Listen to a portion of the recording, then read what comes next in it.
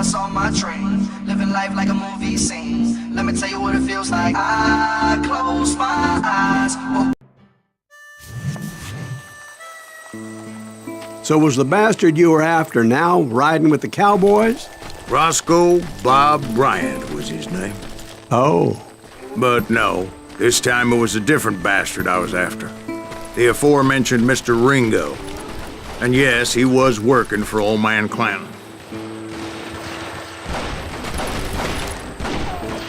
I came upon them robbing a stagecoach, which wasn't surprising, being they were such murderous thieves and bastards.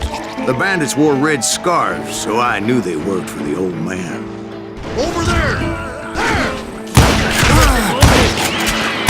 I did my best to help those poor passengers. Now you're really pissing me off.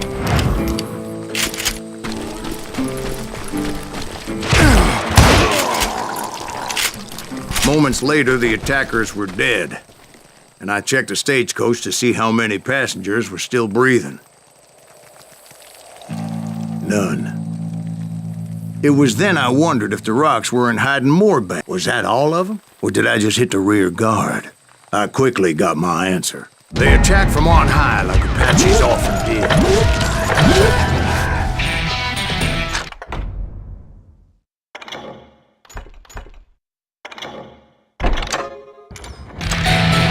They would appear in great numbers from above and rain down lead on their hapless enemies' heads, making use of the high ground and whatever else they had.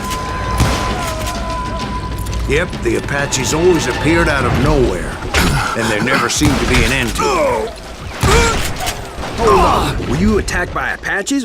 What happened to the cowboys? Did I say they were Apaches? I said Clanton's cowboys attacked me Apache style. I was in a pitched battle, but I was holding my own against an overwhelming enemy force.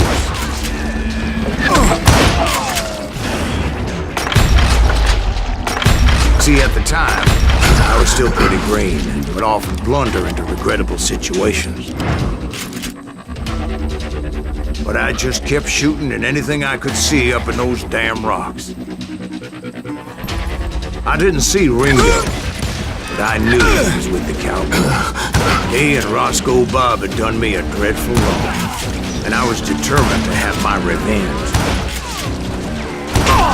But to get to Ringo, I knew I'd have to fight my way past these other assholes first. Unfortunately, I was running out of ammo. Another perfect example of my relative inexperience as a hunter of men.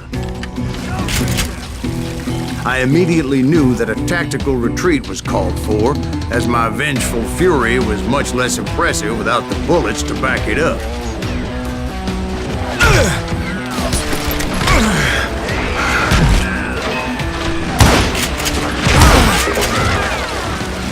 Finally, they managed to corner me. Trapped as I was, the odds of my survival seemed pretty slim.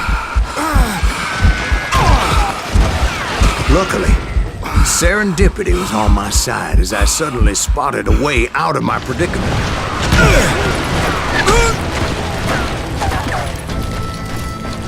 Stand and fight, you coward! I ran ahead as if the devil himself was after me. Bullets were whizzing by my ears, but I wasn't about to roll over and die. I just kept running like there was no tomorrow. Because there wouldn't be if Clanton and his men caught up with me. As I was scurrying around those caves, I thought, what was I thinking, going up against a gang like this? I just kept running, not knowing where the hell I was going.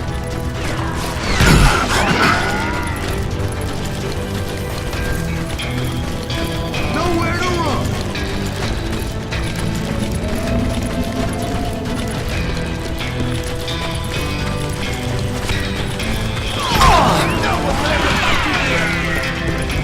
And that's when something miraculous happened. Like manna from heaven. I found the desiccated remains of what looked like an Apache warrior. The old weapon next to him supplied me with some much-needed ammunition.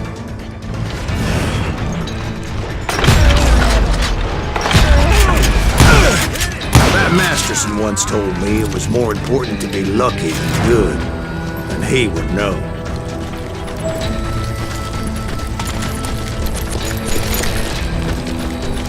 And imagine my surprise when I found a fistful of dynamite to go along with that ammo.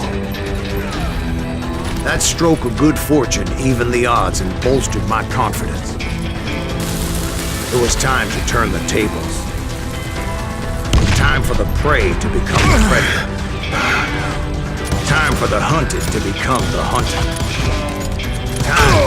All right, Jesus, we get it. They were right where you wanted them. That's right, Jack. I was done running. And the old man's boys were not expecting that. No, sir. I came at them like a wildcat. My fury knew no bounds.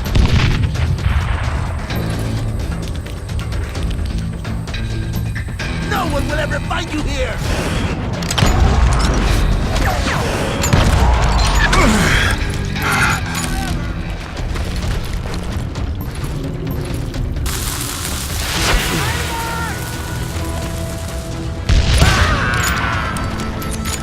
Where's he going?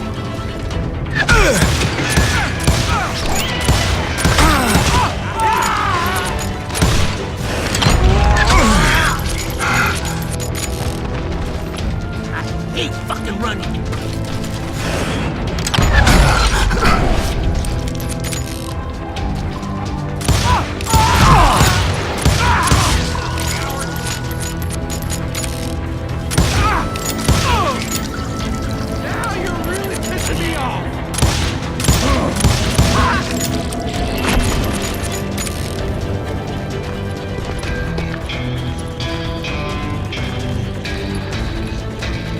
It was finally time for that old man to pay for his sins. Guess you had enough!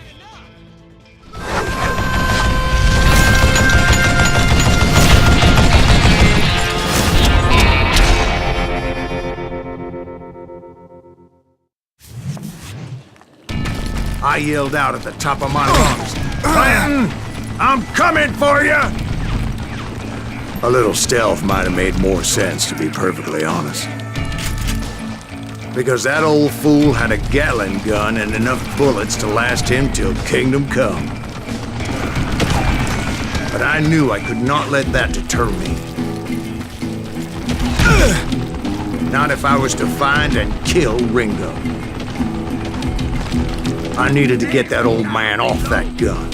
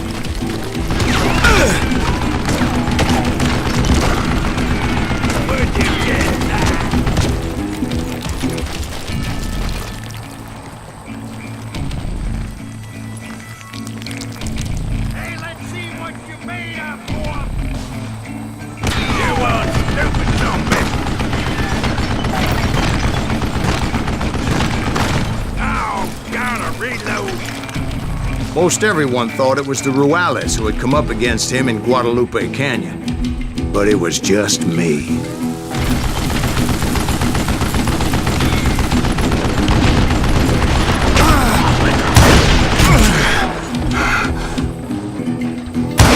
These are good men, you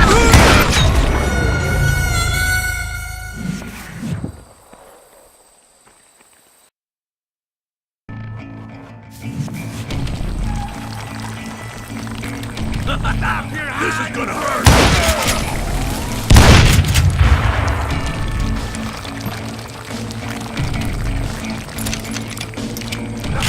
Ain't no... What I had to do to you!